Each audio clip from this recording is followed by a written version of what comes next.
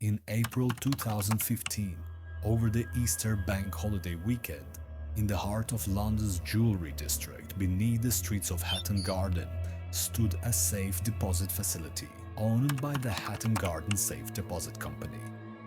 That vault was breached. What followed would become the largest burglary.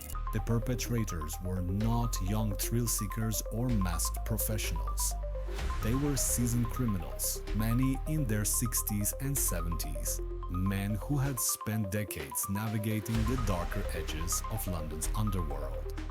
Among them was Brian Reader, then 76 years old, often described as the ringleader of the operation.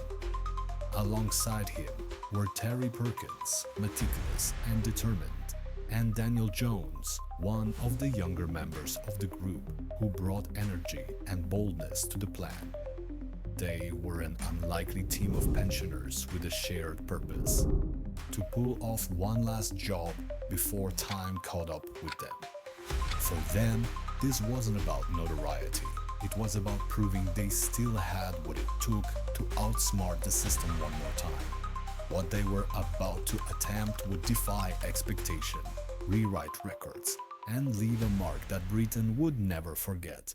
3 years earlier, the heist did not come together overnight. In the years leading up to 2015, quiet observations were being made.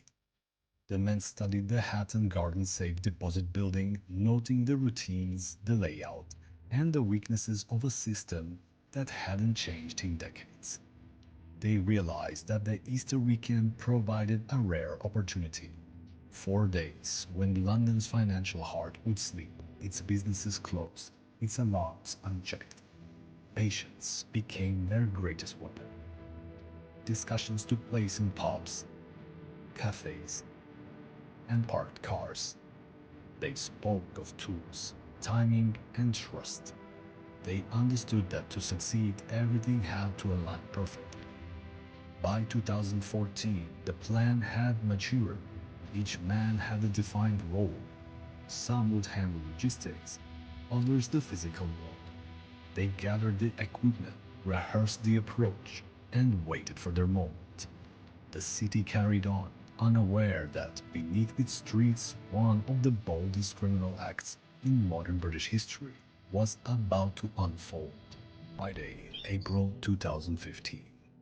The streets of London were silent. While families celebrated Easter, a small group of men made their way to 88 to 90 Hatton Garden. They entered through the building's communal area and descended to the basement, out of sight from the world above. They bypassed the elevator shaft, reaching the vault area without triggering alarms. Then came the hard work. Using an industrial drill, they cut through half a meter of reinforced concrete, a task that took hours of relentless effort and precision.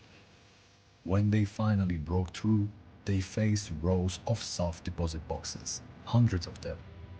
Each one contained something of value: diamonds, gold, cash, family heirlooms. Over 2 nights, the men emptied dozens of boxes, filling bags with millions in valuables. By the time the city awoke after the long weekend, the vault had been stripped bare.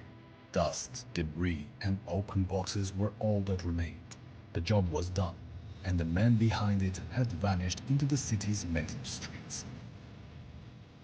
The estimated haul, around £14 million. The act, the largest burglary ever recorded in the United Kingdom. When employees returned after the Easter break, what they found was chaos: torn boxes, scattered jewelry, and a gaping hole in the wall. News of the Hatton Garden heist spread across the world within hours. Charlie Daggett reports they may have nabbed up to $300 million worth of valuables from safe deposit boxes. Scotland Yard's flying squad launched an intensive investigation. Surveillance footage, phone records, and old criminal files began to reveal a pattern. Within weeks, the names of familiar faces began to surface. Arrests followed. Garden Safe Deposit Company here in London. Thieves, if you remember, broke into the vault of the Heart London's jewellery district, stealing cash and gems. And the story of the pensioner gang captivated the public. Trials took place over the following year. Some of the men pleaded guilty, others maintained their innocence. The court confirmed that about £14 million worth of valuables had been stolen, though not everything was ever recovered. Even today, questions linger. Some of the stolen goods remain missing,